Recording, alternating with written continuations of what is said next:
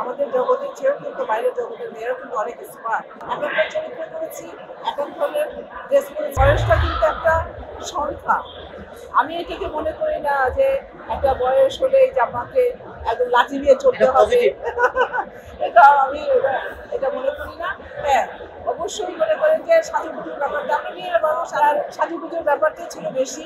এক একটা চরিত্র করেছি, এক এক ধরনের ড্রেস করেছি, এক এক ধরনের সাজা সেজেছি। আমি সেই অঙ্গনের মানুষ।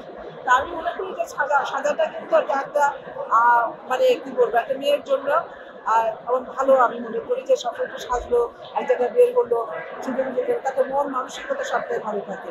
আমি মনে করি যে আমাকে দেখে আরো যারা মেয়েরা আছে বাইরের জগতে এরা অনুপ্রাণিত হতে পারে বা ওটা উচিত যে আমি যদি মোটামুটি মানে এভাবে চলতে পারি তারা কেন চলবে না। তার মনে হয় এখন কিন্তু অনেক মেয়েরা বাইরের আমাদের জগতের চেয়েও কিন্তু বাইরের জগতের মেয়েরা কিন্তু অনেক স্মার্ট আমি বলবো। অবশ্যই নারীদের অধিকার অবশ্যই জরুরি আছে। জানি না নারীরা কিন্তু এখন আমাদের দেশে বা সারা বিশ্বেই কিন্তু নারীরা আমার চোখে অনেক এগিয়ে।